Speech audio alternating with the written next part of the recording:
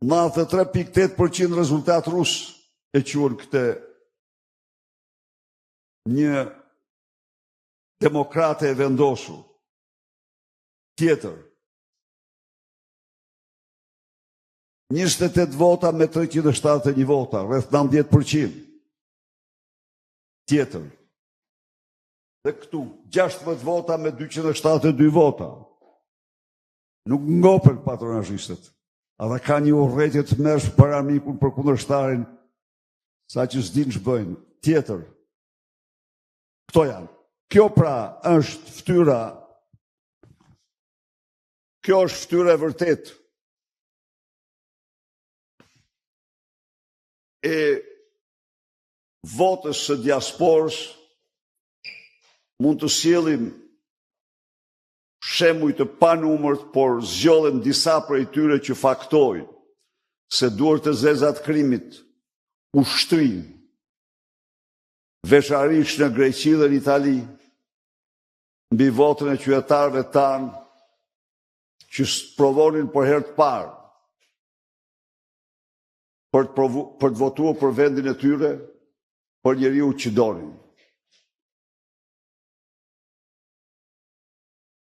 Edhe njëherë këtu nuk shtohet asgjë, përveç një faqe e zezë tjetër e farsës elektorale të 11 majt 2025, në të cilën unë nesër do t'u informoj edhe njëherë se nuk ka mbetur dokument ndërkombëtar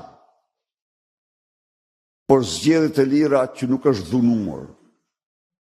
Nesër unë do u paraqes ju listën e plot të gjitha dokumentave mbi të dhunuara barbarisht nga narko-shteti dhe narko-nomenklatura e Shqipërisë në këto zgjedhje. Po. Zoti Berisha, Isa Myzyra nga Ora News.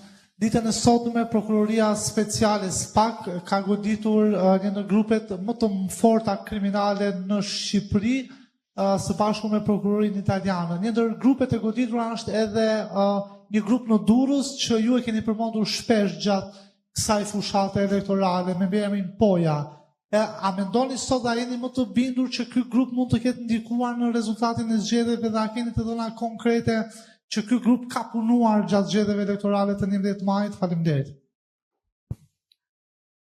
Zoti Myzyri, këtu unë para jush dhe në mënyrë të përsëritur kam deklaruar se porti i Durrësit është ndruar në portën e hyrjes më të madhe të kokainës në Europë. E kam deklaruar këtë pas faktesh dhe informaciones të shumta që kam patur. Sepse porti i Durrësit u la jashtë çdo kontrolli, Piero Vengu u lartësua në ministër dhe kontrollin e vërtet të portit e kanë me 100% vetëm troplinët.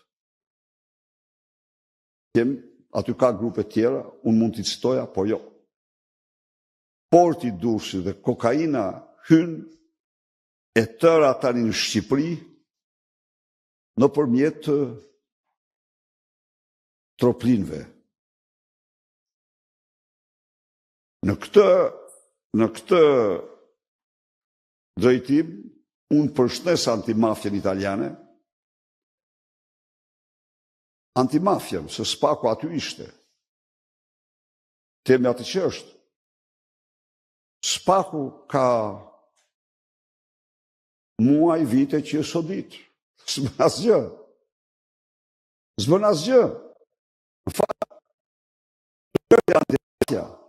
dhe bashkë me ta, sigurisht sepse po. Por, prit, është operacion vazhdim. Prit, presim, sa u arrestuar. Janë lëshuar 52 urdhra arresti. Nuk u tha se sa u arrestuar dhe nuk u tha asnjë generalitet, po them unë ty, se ekstremant kryesor u njoftuan dhe ikën. U njoftuan.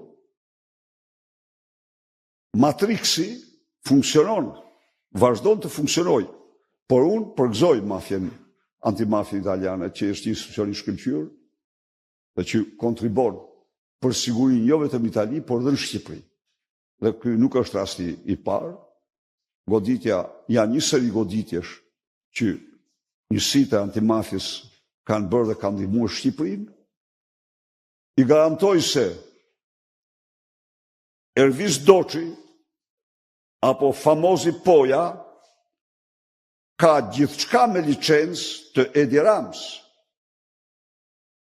dhe Olsi Rams. Pra, prapa trafikut monstruoz të kokainës, qëndrojnë ata që i kanë lanë portin dhe unë te kam denoncuar me dhjetra herë që porti është dorëzuar Troplinit. Dhe ata që e njoftuan Tikin, ndaj dhe u njoftua Tikaj. U njoftua. Pra, po ta marrim kështu, Totorino është në kryeministri,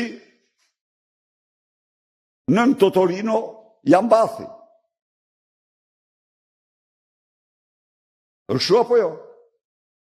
Nuk them tha generalitete. I kemi sekret. Po që sekret ke janë topje? Këshku ke arrestuar pastruesit dhe shoferët. Na thuj pak, kush e njoftoi Pojën? Kush e njoftoi që iku? Ai ishte patroni i portit. Dhe natyrisht i zgjedhur i të gjithave. Unë ja u thash dhe mbrëmje. Altin Hajri, me doste e cilit është marrë direkt Dumani, ta dini këte, ka shku të ka ndaluar makinën dhe ka shku në formë presionit të kandidatja jo në Hardhisht. Në fshatin Hardhisht. Po, vetëm si formë presionit që këtu jam unë.